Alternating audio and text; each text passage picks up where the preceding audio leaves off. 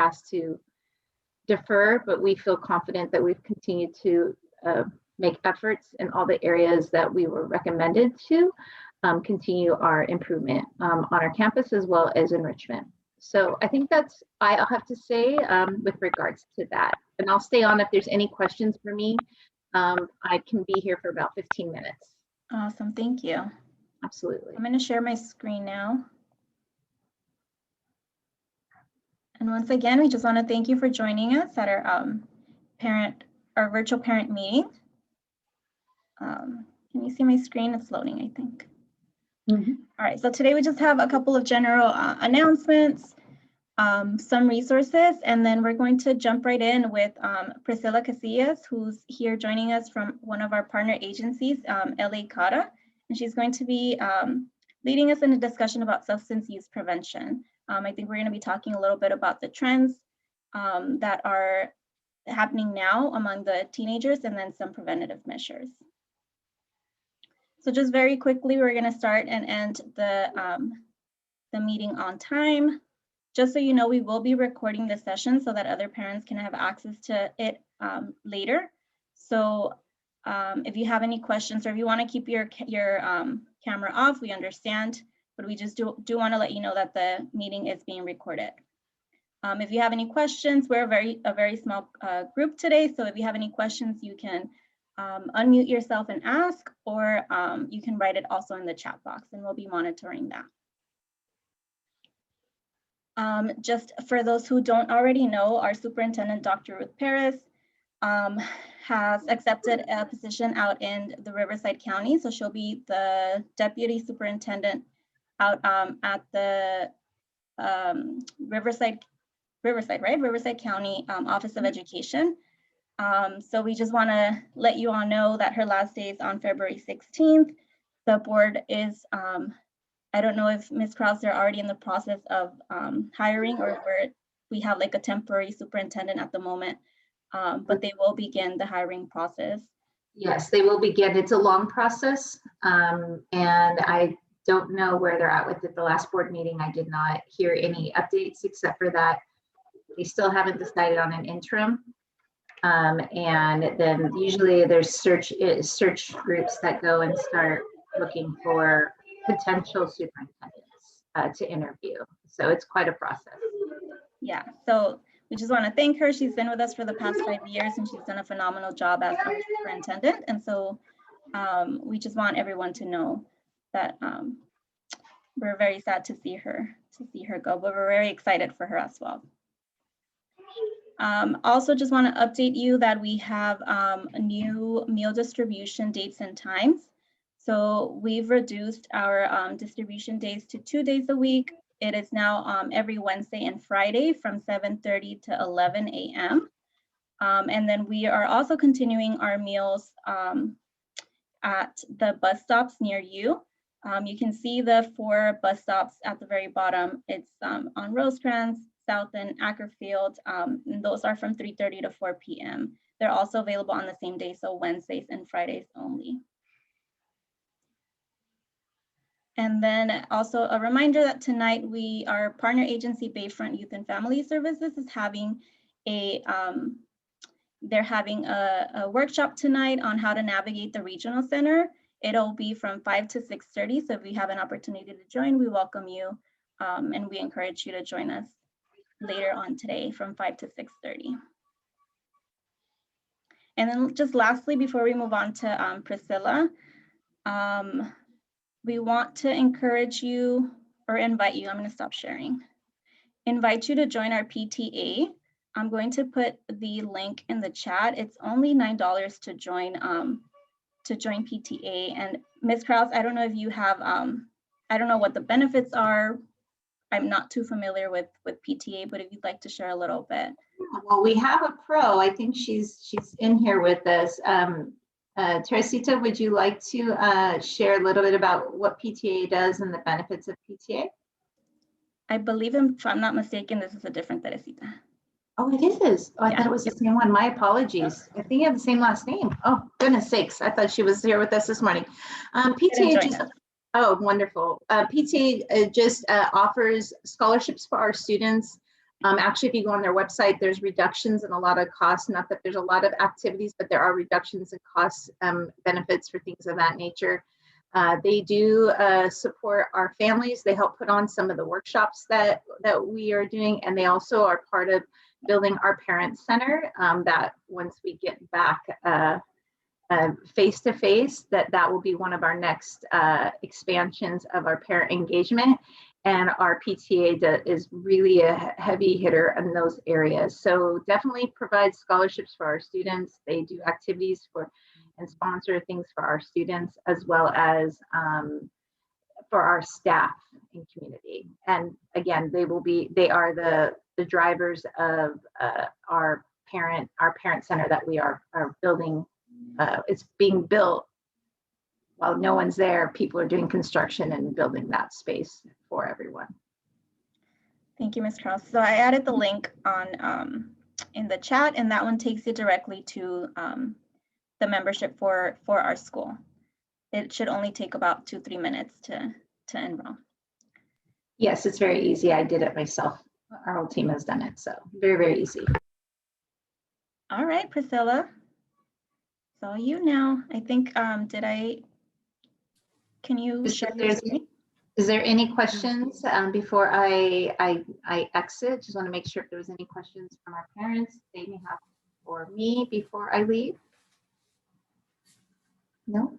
Okay, well, thank you again, families, for being here, and thank you, team, for always putting on such a great presentation. And thank you, Priscilla, for being here with us today. Of course, thank you so much. Thank you, Ms. Krause. Okay, let me see if I can share my screen. Okay, there we go. Alrighty. Let's see, there we go. So before we get started, a little something for the parents. Here. Little questions for you guys.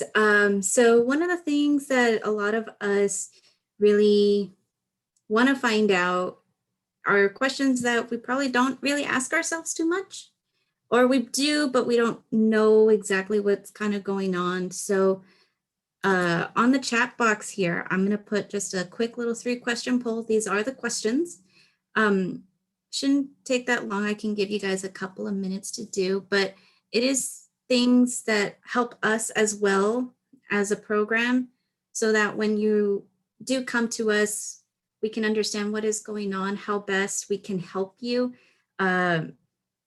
So, right, is your son or daughter using drugs currently, or are they suspected of using? Have you talked to them about it? Do you know anything about substances? And what struggles are you going through with your youth at this time? So feel free, like I said, I'll give about a minute or so to fill out these 3-question survey. And as you notice, some of the questions on here are, some of the answers, I'm sorry, are like, maybe it is related to COVID. Maybe it's because we lost our jobs due to COVID. Are there other things going on? Did we lose any loved ones? So of course, these are all things to kind of consider. And I will explain a little bit more about why I asked these questions. But I'll go ahead and give just another minute.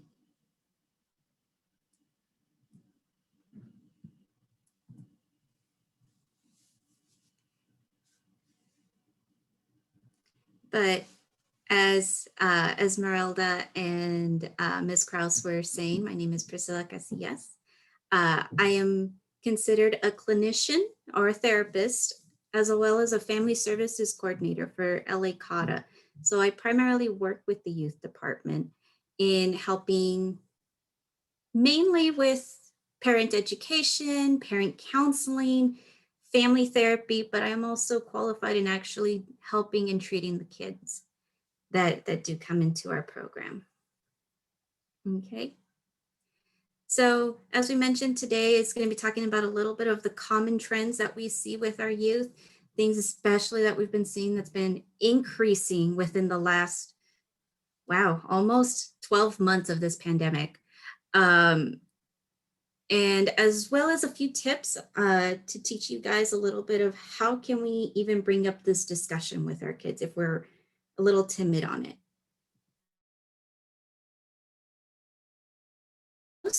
What is an addiction? Addiction is defined as an individual's repetitive compulsive use of a substance or behavior despite them knowing the negative consequences of their behavior or use of substances.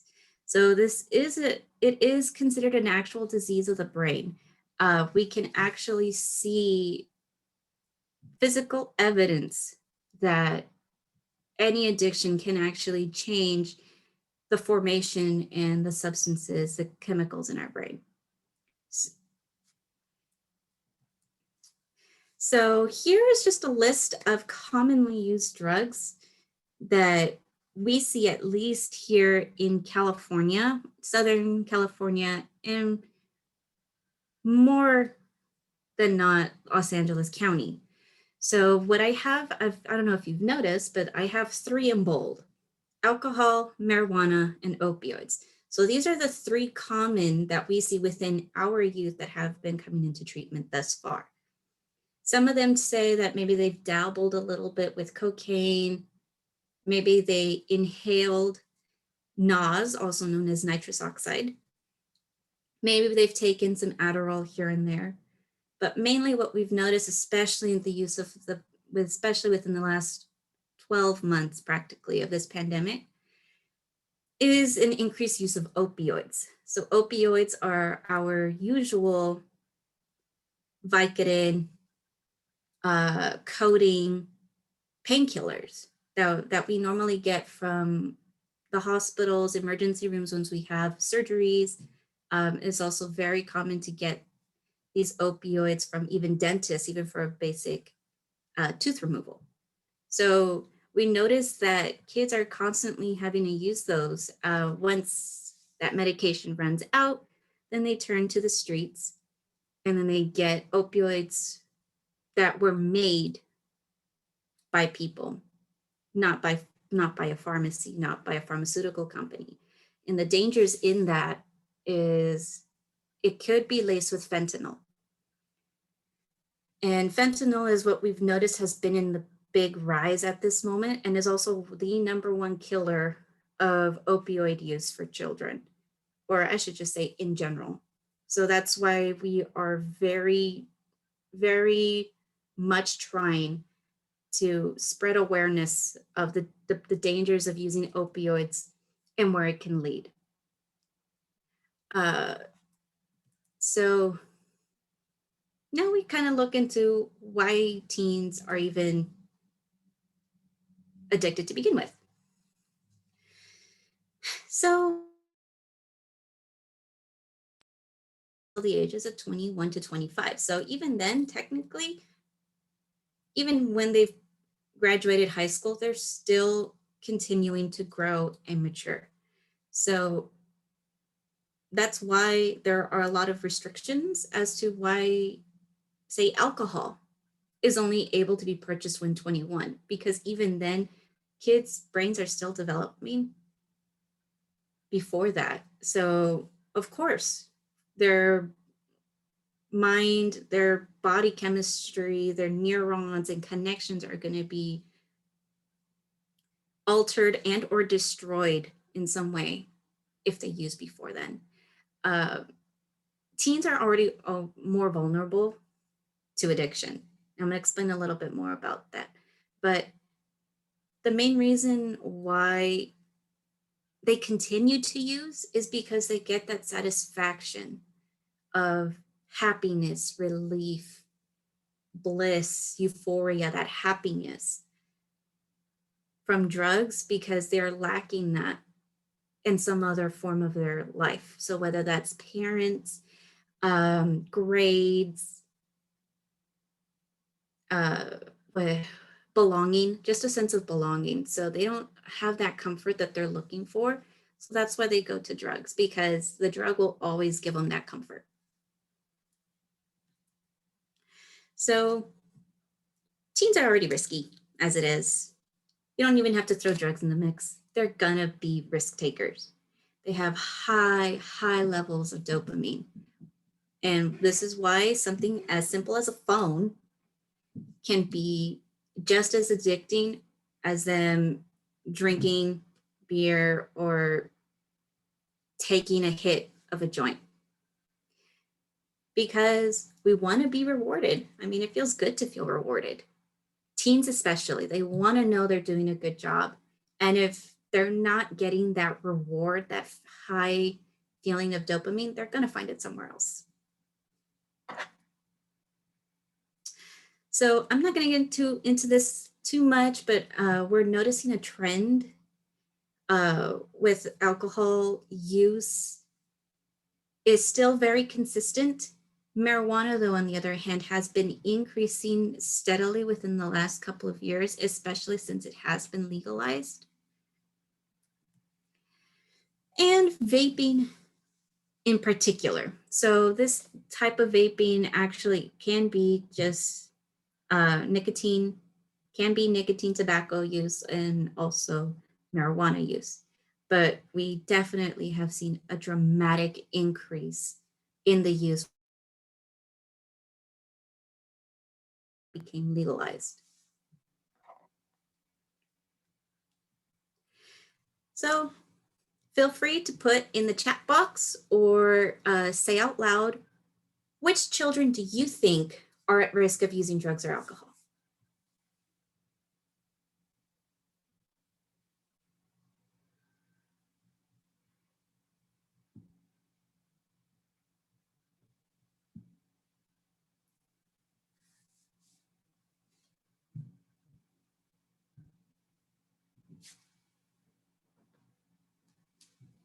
Okay, those that are home alone. Absolutely, there's a higher chance that they're going to be experimenting. They're bored. They have nothing better to do. They're lonely. Anything else? Anybody else? Primary school, okay. I like that. Alrighty. Any other things that we can think of maybe that that are at risk? Alrighty. Well, how about, yes, I believe someone, okay. So how about all of them? All of the teens are at high risk, or just anybody in that matter is at high risk of using substances. So whether that is, yes, somebody who is dealing with stress or anxiety. I've even heard 8-year-olds drinking alcohol because they think it's okay. Their family told them it was okay. We've seen a big increase of kids who are at home currently using substances. And of course, parents aren't aware because the pandemic hit so hard. We're trying to survive and make sure that we at least get food on the table. So we're working 2-3 jobs. Absolutely. But all of them are at risk. So without getting into it too much, but if you'd like, absolutely, we can have a little bit more of a discussion. Reasons that teenagers use. As we've noticed through this pandemic, boredom has been the number one. And if we're gonna go with second and third, I would say definitely stress and mental health. A lot of us, ourselves included, have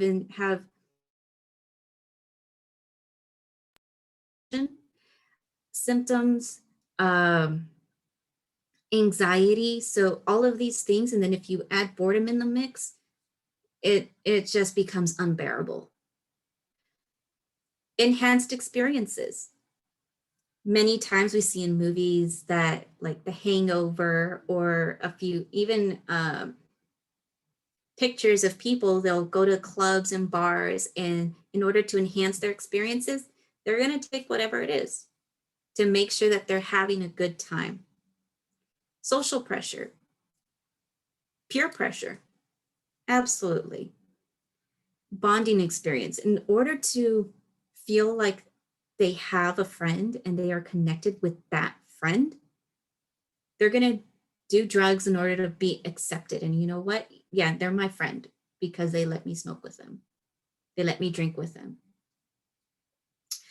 Low self-esteem. That's a big one.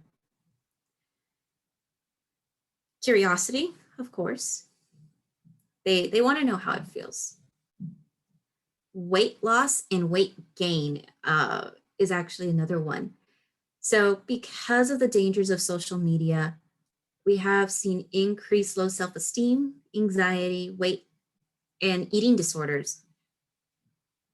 So in order for someone to lose weight, that's why cigarettes, stimulants, such as Adderall, cocaine, are highly used in order to lose weight. In order to gain weight, people use alcohol and marijuana. So that also kind of gives an idea about why they're using. It's now or never, that mentality that once they grow up, they're not going to have the chance because maybe they're going to be too busy with a job, too busy doing that and this and being responsible. So, hey, why not? I'm a kid. I'm invincible. I'm going to do it now. Dealing with grief and loss has been one of the biggest ones so far to numb and relieve pain. And then, of course, genetics and family history. So, big disclaimer, there is still no evidence suggesting that it is genetic in the family for someone to have an alcohol substance use disorder. But we do see a huge correlation that if a family member does have a problem with substances or has some sort of addiction, there is a 50% chance that their child will also have an addiction or substance use disorder. So again, it's not 100% in regards to whether or not genetics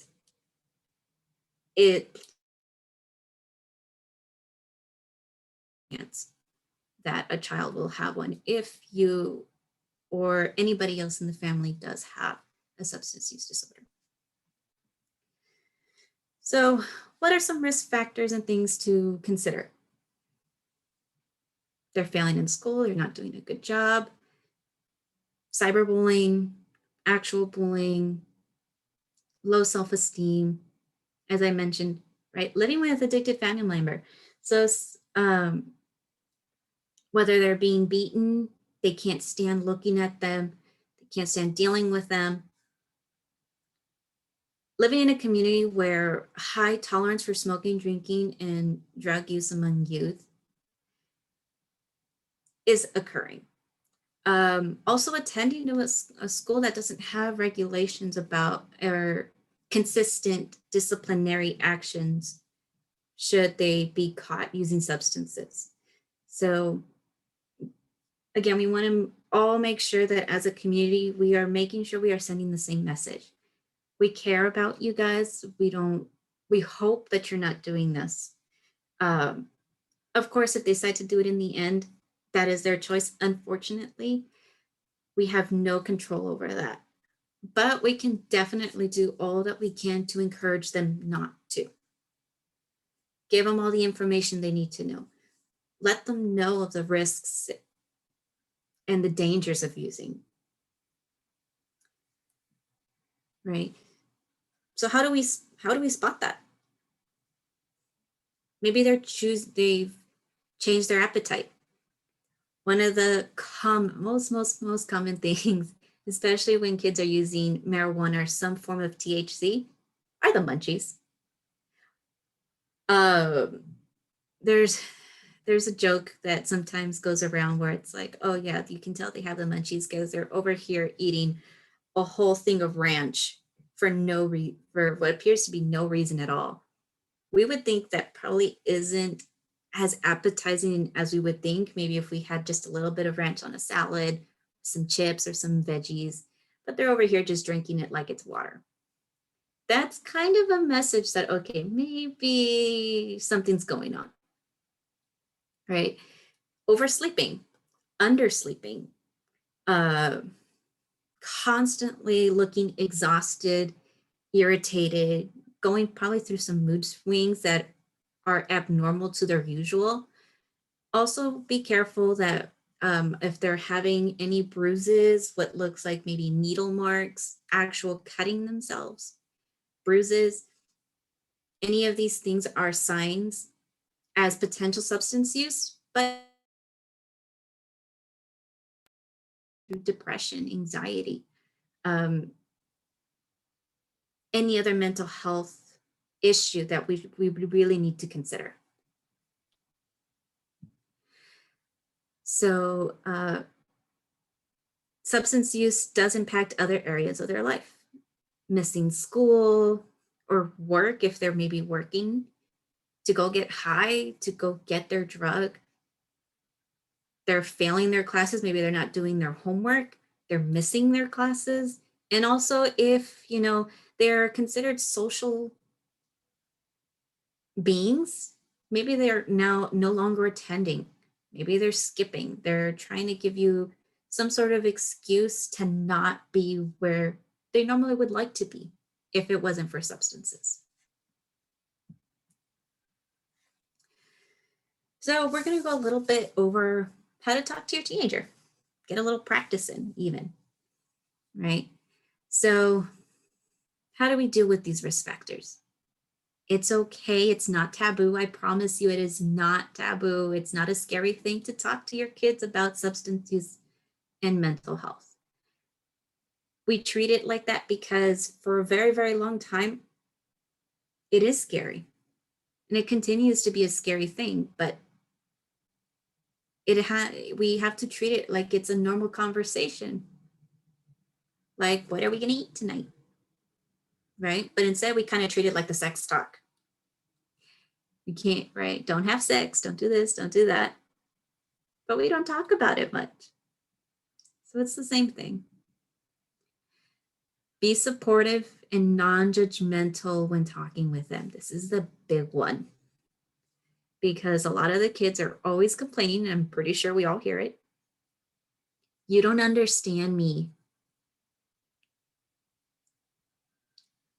You don't listen.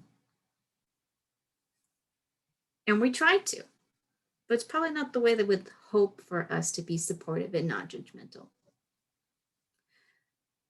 And if we really don't know where to go, how to start, you can always still go to your primary doctor. If it isn't substance use like we are probably suspecting and afraid of that it is, it could probably be something else. And that's why I highly, highly encourage go to the primary doctor first. Make sure that they have a clean bill of health before we can start thinking about the other things. Probably it is a little anxiety, a little depression. Maybe it really is that they're using. We won't know until they go to the primary doctor and say, okay, you know what? They are a clean bill of health.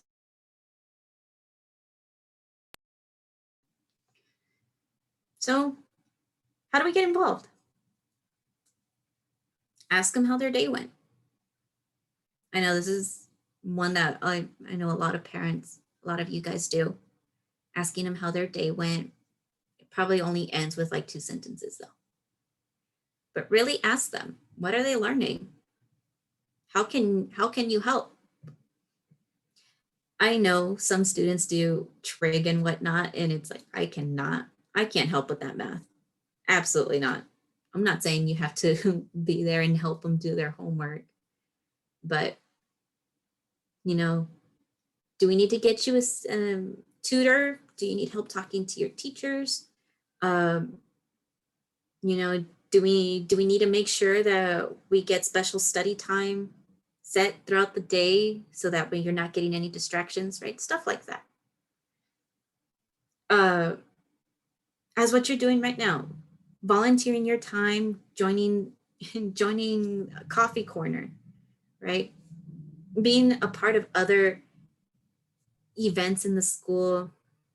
I'm not sure what's going on with the extracurricular activities, but being there for them, volunteering, participating in fundraisers, knowing that you're there to support, and continue to form healthy relationships with their teachers, their counselors, their coaches, college advisors. I know I hear sometimes they have like the aides that sometimes come in and help, and they, of everybody else, they just happen to be the person that they trust most, right? So confiding in that person, saying, hey, is my kid okay?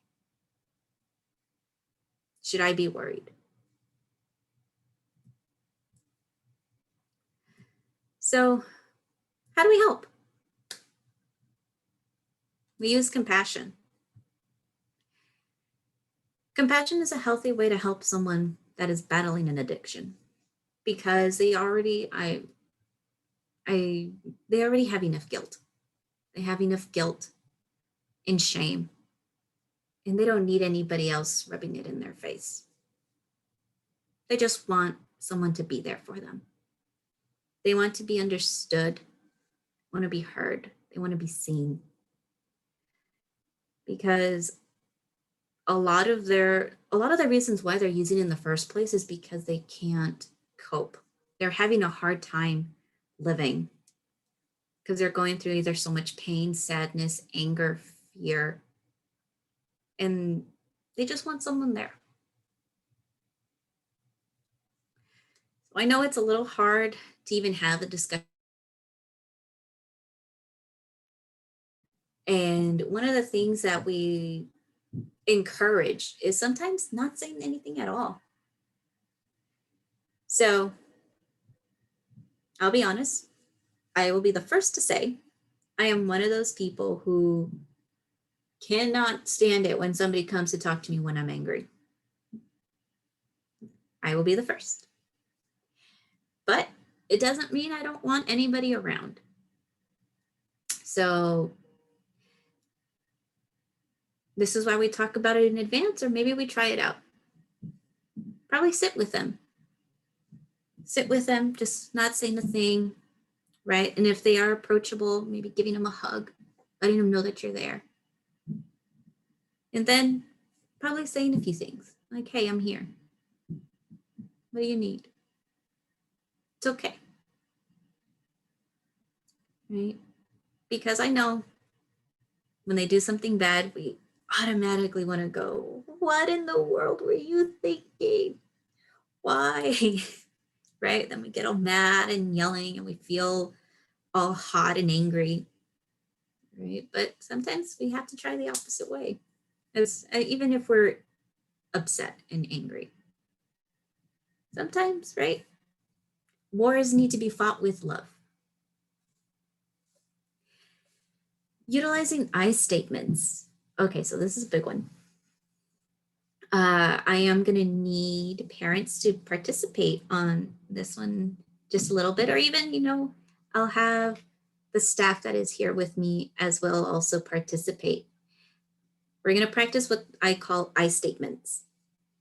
I statements are in use to participate to avoid placing blame or shame on the individual. Right? So say my best friend and I went to go eat tacos. I left for a quick minute. I came back. Apparently there was a mess with our order and she ate my tacos. So I statements goes, I feel emotion when and action. So I feel sad because my taco is gone. Right? So I'll probably have a couple people to try and practice this with me. But do I have a brave soul that is willing to practice using an I statement? I feel happy when our students succeed. Yes, absolutely. Thank you, Angel. Another example, another brave soul. I feel blank when blank.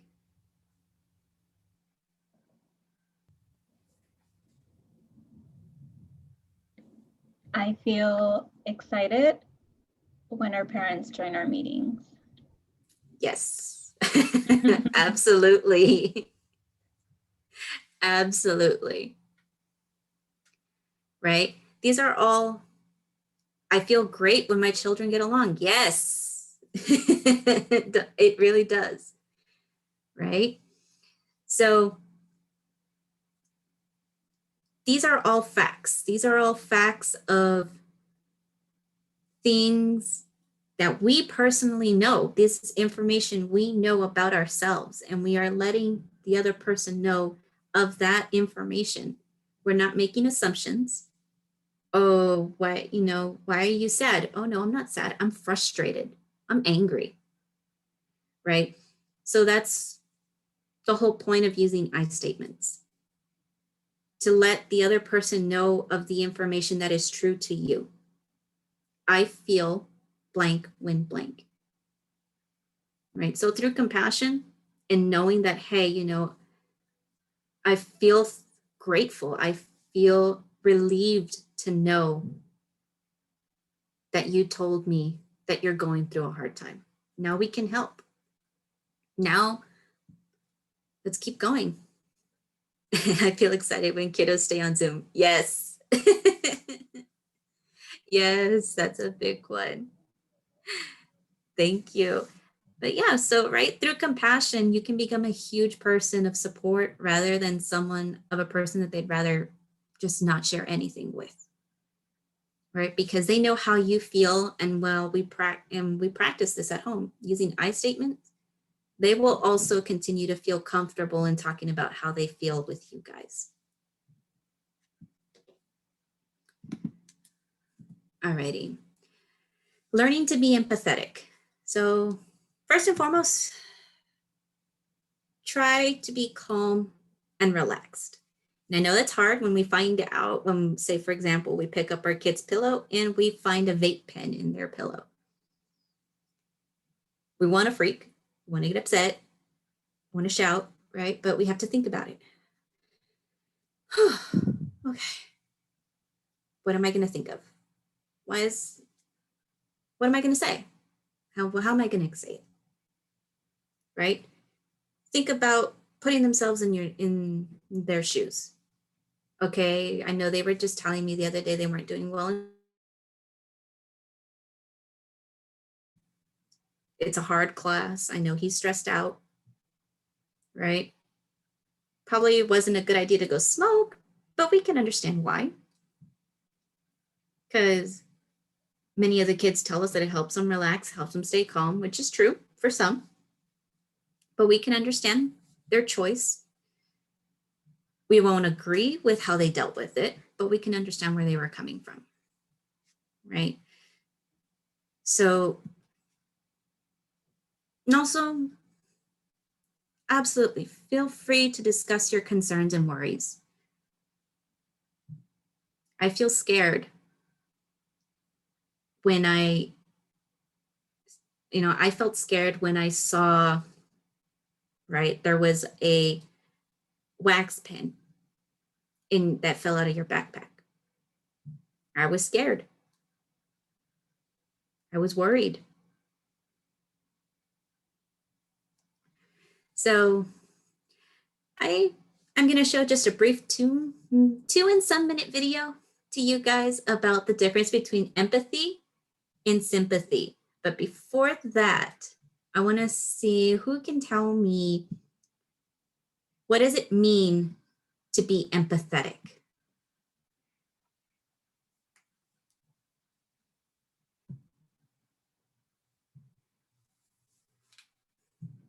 What does it mean to have empathy?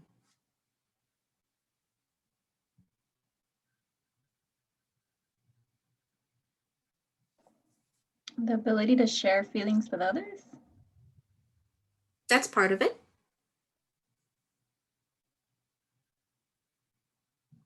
Absolutely, that is part of it.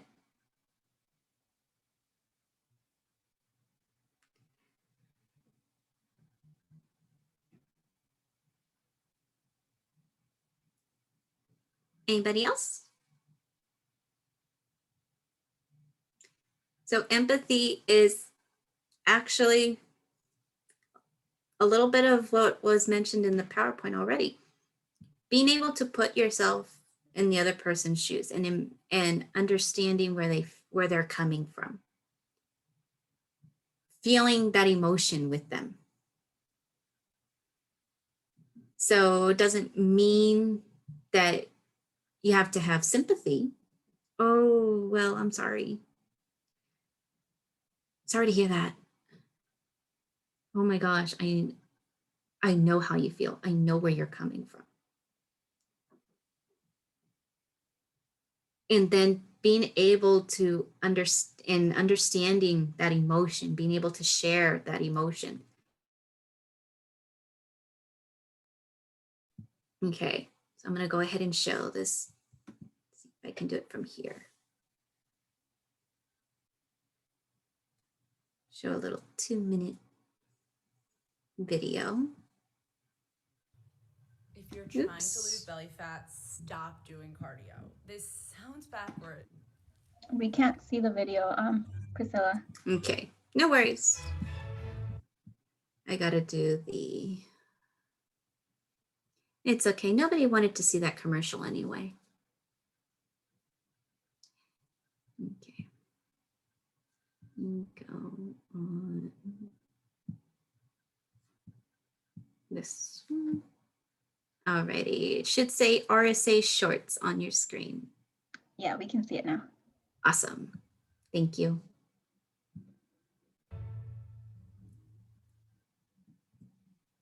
So what is empathy and why is it very different than sympathy?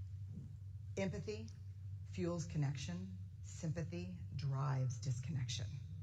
Empathy, it's very interesting. Teresa Wiseman is a nursing scholar who studied professions, very diverse professions where empathy is relevant, and came up with 4 qualities of empathy. Perspective taking, the ability to take the perspective of another person or recognize their perspective as their truth. Staying out of judgment, not easy when you enjoy it as much as most of us do. Recognizing emotion in other people and then communicating that. Empathy is feeling with people. And to me, I always think of empathy as this kind of sacred space when someone's kind of in a deep hole and they shout out from the bottom and they say, I'm stuck, it's dark, I'm overwhelmed. And then we look and we say, hey, climb down. I know what it's like down here, and you're not alone. Sympathy is, ooh, it's bad, no, you want a sandwich? Empathy is a choice, and it's a vulnerable choice, because in order to connect with you, I have to connect with something in myself that knows that feeling. Rarely, if ever, does an empathic response begin with at least. Yeah. And we do it all the time, because you know what? Someone just shared something with us that's incredibly painful, and we're trying to silver lining it. I don't think that's a verb, but I'm using it as one. We're trying to put the silver lining around it. So I had a miscarriage. Oh, at least you know you can get pregnant. I think my marriage is falling apart. At least you have a marriage. John's getting kicked out of school.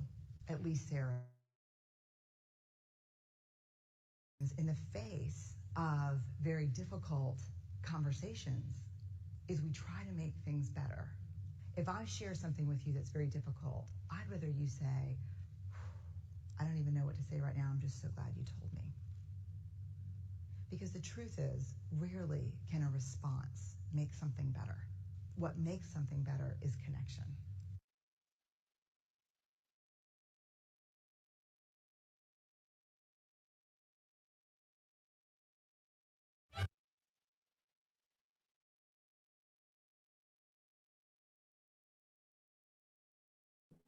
Alrighty, so that's the difference between sympathy and empathy. Empathy is like, as who the speaker was, her name was Brene Brown. But as Brene was saying, it's coming from the same experience and coming from the same emotion and understanding. So, and like I said, I know it's hard because we didn't even want or even think of imagining the fact that our kids were going to use substances in the first place. So the only thing we can do is try to come from a point of understanding.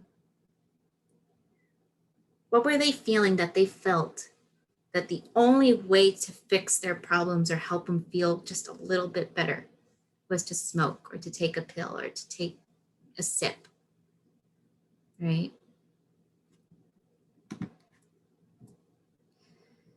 So, okay. So we learned how to use compassion, learned a little bit about empathy. So now, right, we use both. We use both to talk about recommending treatment if we see that this has definitely become an issue. Or I should even say, even before it becomes an issue. Right? Seek help, seek support. You're more than welcome to ask the school, the teachers, any other family members about their experiences. Definitely don't want you guys going through this alone. So should your child need to go into a treatment program, also make sure that you have people to support you. And even if that means, right, you probably go through your own therapy, probably go with it, go do it with them. Go do family therapy while they're in treatment. Go to support groups such as what we consider Al-Anon, which is a group for parents with spouses. So it's literally all just loved ones gathering together as an anonymous group to talk about their experiences of their loved ones with addiction. Ready? So just a little bit information about treatment. There's a few treatment types, especially us that we provide here at LA CADA. There is outpatient setting. Outpatient setting is normally where the kids or the patients, the clients, however you would like to consider, go to group, go to their therapies, sessions, and whatnot, and they get to go home. That's it, right? We don't have inpatient settings for the youth, but we can refer. But inpatient settings are also known as residential. Those are when the actual individuals need to live on site for more monitored care. So these require care 24/7. Also includes medicated assisted treatment or MAT services in combination with the 24-hour care. And then there's also prevention. So prevention is, right, maybe it really was their first offense, they tried it, but we don't want them to continue their use, then we let them know. In these classes, we let them know about drug and alcohol education, the risks, the dangers, how this works, right? Because we want to give them the knowledge for them to make the right decision, to be like, oh no, never mind, this is not what I wanted. This is not what I was thinking was going to happen. So again, we can't control them and tell them, no, they can't use it as much as we want to. Because if anything, they're gonna want to do it more. Right, so our youth outpatient treatment, as I said, consists of outpatient and intensive outpatient. So we primarily work with adolescents between the ages of 12 and 18. 18 only if they are still in high school, but 12 to 17. But if they are just out of high school, maybe they are still within that teen state and shouldn't really belong with the adults in their treatment program. There is something called a transitional age youth that is between the ages of 18 and 24. All of our treatment is through Medi-Cal. Also, sliding in regards to treatment includes their actually primary initial assessment, treatment planning, patient education and group counseling, individual crisis intervention, case management, meaning additional resources maybe to housing, to food, dental medical care, and family therapy, of course. Also, every single one of our kids that comes in through that door gets randomly drug tested once a week. Anybody who comes in through that door for their program gets tested. No ifs, ands, or buts. Good thing is if you have private or no insurance, we have been lucky to be granted the TREE grant, the TREE program. Long story short, TREE stands for the Enhancement and Expansion of Treatment and Recovery Services for Adolescents, Transitional Aged Youth, and their Families. Since none of us want to say that, we're going to go with TREE. So the TREE project does exactly that. They go through the everything that I had mentioned in the outpatient services with the addition of parent workshops. So parents are able to be educated about substance use, how to communicate with their children, how to communicate with their loved ones, and putting it into practice. So that is it. I will be spending the rest of the time actually answering any questions or concerns you guys may have, really.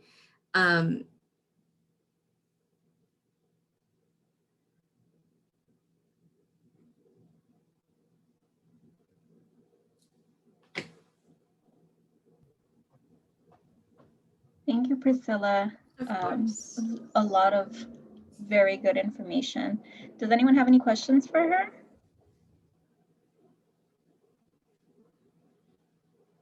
Any comments?